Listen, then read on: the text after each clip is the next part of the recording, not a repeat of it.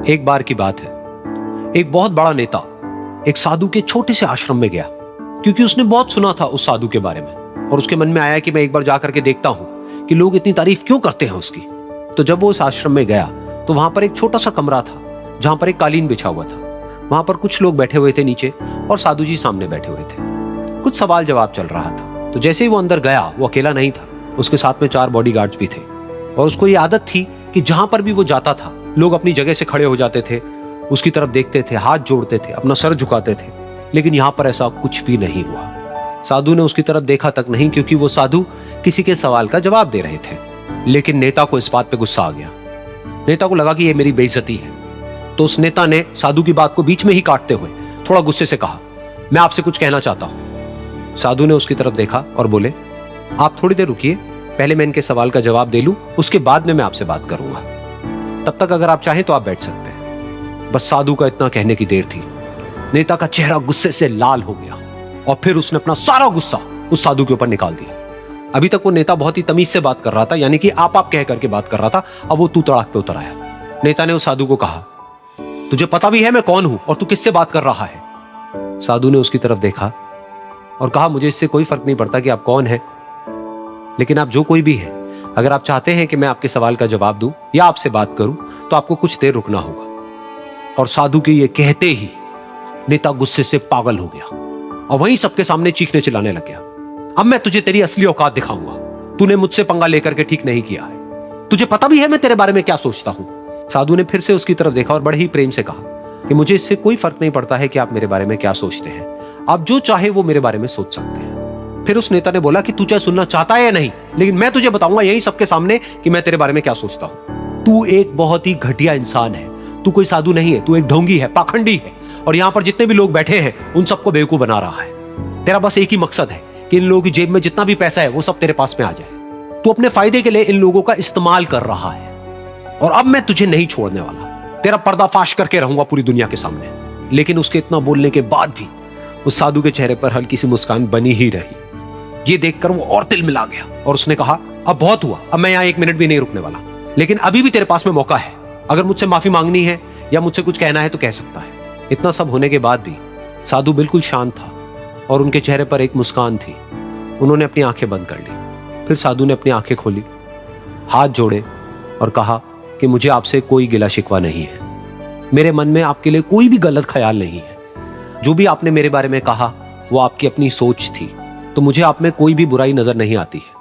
मुझे आप एक बहुत ही भले इंसान लगते हैं। और साधु के इतना कहते ही नेताजी का दिमाग 7वें आसमान पर पहुंच गया। उनके चेहरे पर एक अजीब सी खुशी थी, क्योंकि उस साधु ने वो ही कहा जो बाकी सब लोग उस नेता को कहते हैं। और वो खुशी खुशी उस आश्रम से अपने घर की तरफ चला गया और जा करके अपने पिताजी के साथ में बैठ गया। उसके पिताजी की आंखें बंद थी और वो ध्यान में थे। पूरी जिंदगी उन्होंने सिर्फ लोगों की सेवा करी और बदले में कुछ भी एक्सपेक्ट नहीं किया।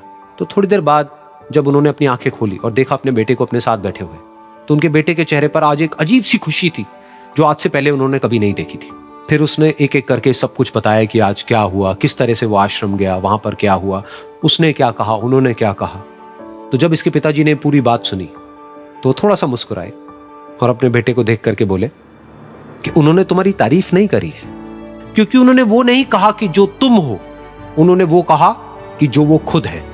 और तुमने जो भी कुछ उनको कहा वो नहीं कहा कि जो वो है, बल्कि तुमने वो कहा जो तुम खुद हो। यही बात वेदों में भी कही गई है, यथा दृष्टि तथा सृष्टि।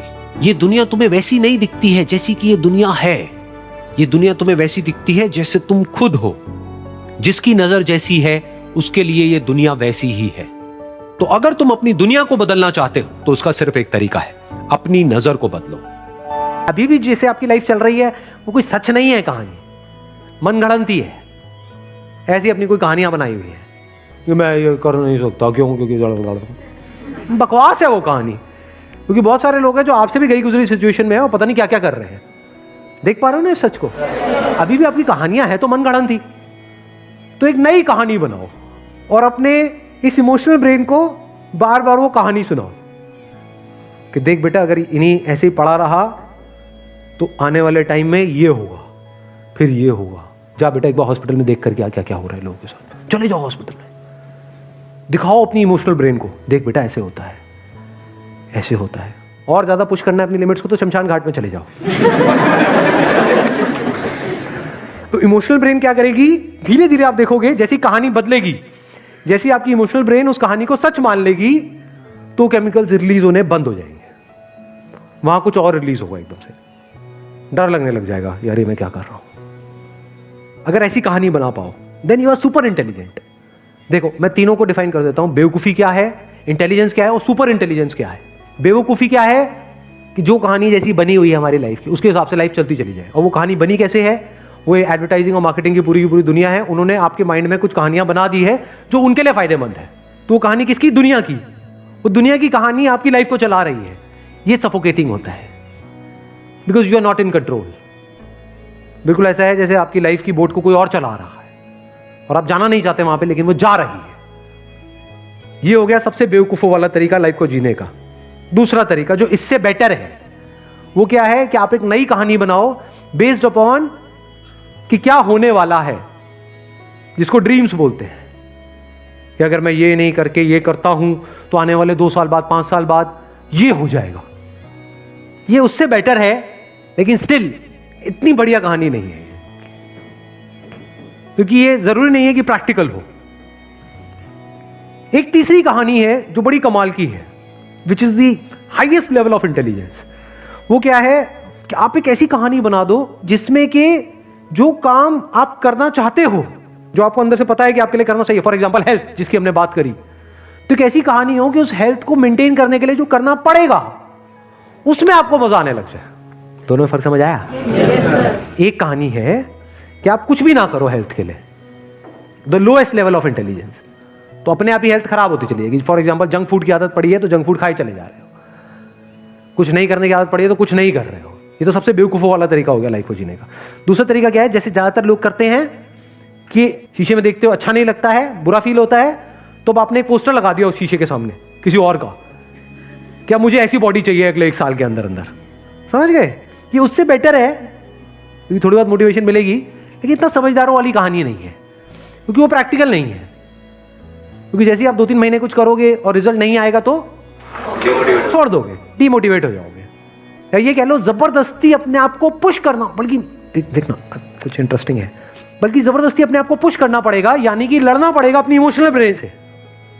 इस केस में लड़ना पड़ेगा, नहीं लड़ना पड़ेगा, क्योंकि इमोशनल ब्रेन को ये तो चाहिए जो 2 साल बाद होने वाला है, लेकिन 2 साल तक जो करना पड़ेगा डेली 1 घंटा, वो नहीं चाहिए। तो इमोशनल ब्रेन से आप लड़ ही नहीं सकते। इमोशनल ब्रेन बार बार उसको छोड़ करके 1 हफ्ता, 10 दिन, 15 दिन, महीना मैक्सिमम, आप जिम गए भी फिर छोड़ करके वापस वहीं आ जाओगे काउच के ऊपर।